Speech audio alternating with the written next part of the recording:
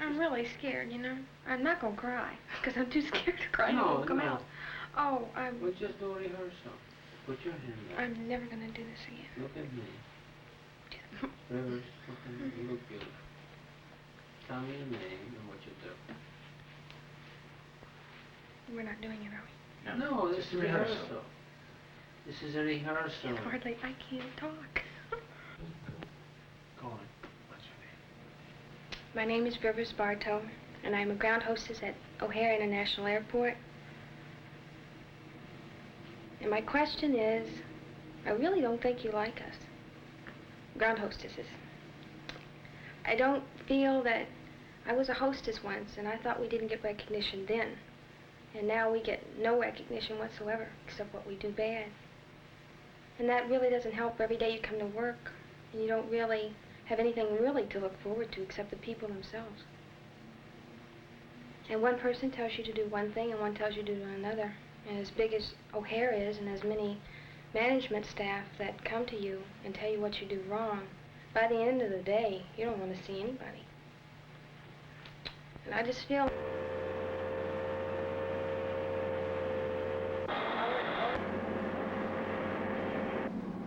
Morning, gentlemen. My name is Bill Barton. I'm a ramp serviceman here at Baltimore Friendship Airport. I've been employed by TWA for approximately 9 years. I have a couple questions to present to you, gentlemen. I think you should receive some stern answers.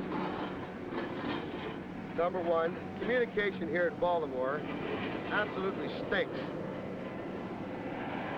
At any level here, as far as management is concerned. Whenever a problem is presented of any nature, it's never followed through. Another problem along the same lines is the secrecy of everything that goes on concerning the airline industry from upper level to the bottom level. As an employee, I feel that I deserve some answers along these lines. Ray Klein. I'm a customer service agent here at Baltimore, and I've spent nearly all of my 7 years with TWA right here in Baltimore. I do have a complaint. It concerns the service that we give the passengers, and I hope that you use these opinions from agents and other persons to realize what our problems are. In the first place, we are in a service industry. We are in a very competitive industry, and here in Baltimore, we don't mind competing with United and American, but it certainly defeats the purpose to be competing with our own company in Washington National Airport. If you look at the schedules comparing the two, you'll see that the scheduling is ridiculous. I'm a mechanic, Baltimore. My question is, when are we going to clean? We need to take care of the little minor squawks which influence the passengers. Reading lights, gaspers, that sort of thing. All those little things have to be taken care of, or we're going to have disgruntled people, and we're going to go somewhere else. My name is... That we're losing a lot of money, and of course I'm worried about it. It's my livelihood too. And what I want to know is, are we going to go bankrupt or what?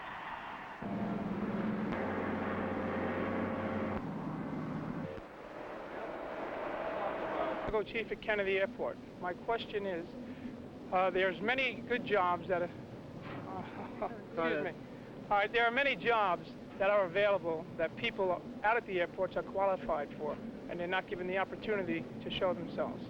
And my question to the board would be, why aren't they given the opportunity to prove themselves? Ray Reuter, supervisor at Domestic Cargo. The question I have is, when we purchase equipment to be used, why people that deal with it directly aren't consulted before it's bought or purchased. As much as I think that staff would purchase the equipment, then we would have to use it as it is. Possibly if they were to speak to people before they actually purchase it, modifications could be made to it before it's actually put into use. Yes, sir, ma'am. Laura Scrop. I'm an international hostess, and I have one question to address to management, and that is, why is TWA unable to measure up to industry standards? When I speak of industry standards, I mean salary, vacation time, and layover time. My name is an old cliche, but I think that there are just too many chiefs in this company. Even while flying on a plane, there's so many people you have to speak to before something can go through. And I think that's the main problem, and the pay is outrageous compared to most other airlines for hostesses. My name is... Operation Clean Slate was started just recently, and with the December schedule change, we have approximately 122 schedule changes in addition to what we just changed in Clean Slate. My question is, why do we have so many schedule changes after a major schedule change? My name is Garrett Isaacs, and I'm an in-flight hostess for TWA. My question is, why isn't our advertising any more appealing than it is? Everybody hums a song from somewhere, but not a TWA song. Everybody thinks about the beautiful girls on an airline, but not a TWA airline. That's about it, really. What would you do? What I think we should try and show something along the lines of a TWA hostess's service, because that's the main thing that the passengers are interested in. Or have some kind of song again that's catchy, that people think about when they get in the terminal, because that's when they start to think, well, fly the friendly skies, or something along those lines, you know. And that's what makes an airline, at least that's what I think.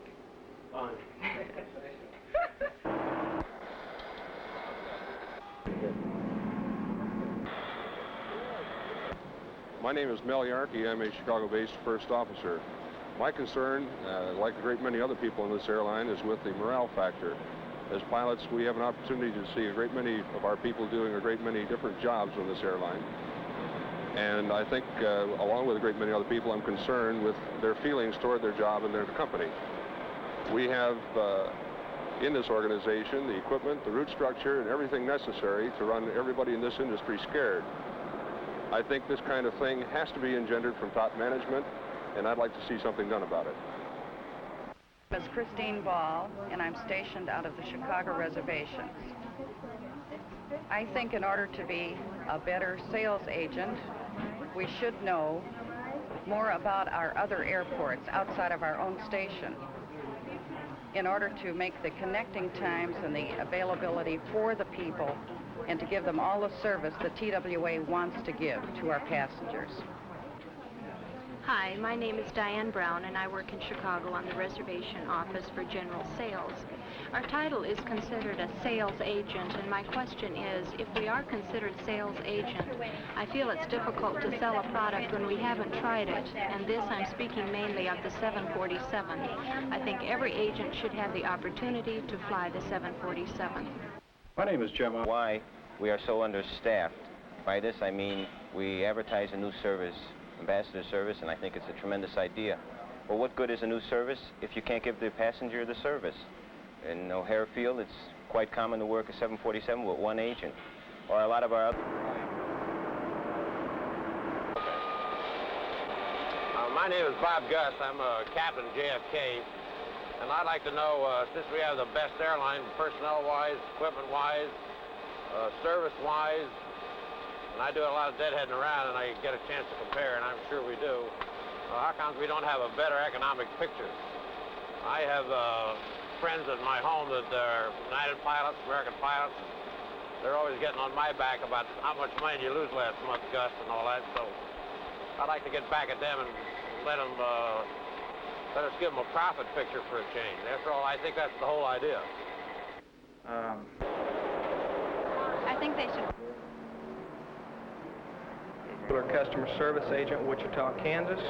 My question is, why isn't there a closer tabulation kept on the meals, but on flights inbound to Wichita and other stations? For an example, I've monitored one flight that terminates Wichita nightly. For several nights now, there's been anywhere from 25 to 30 meals extra on board this flight, which is a complete waste. Alpop is Terry Arnestruck. I work in stores, and I'd like to know whether they're going to get new equipment or what.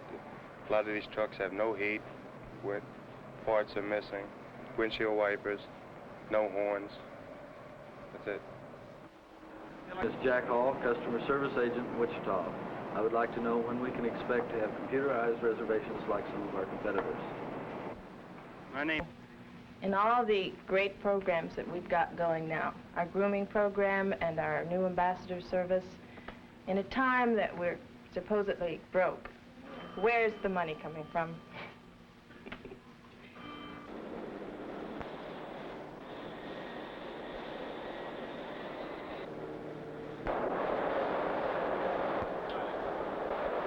I think Bozic, we're in flight now on flight 355, going to Los Angeles. As I understand it, we have 67 vice presidents. With that many people in management, in control of this company, you'd think we'd have a heck of a good airline.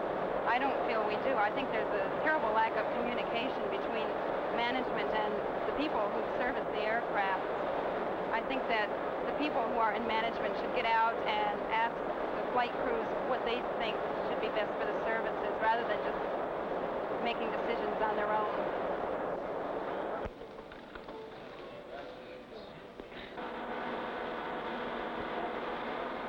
Diane Postel Spears. I'm Los Angeles-based hostess, domestic, flying the 747 for the month of November.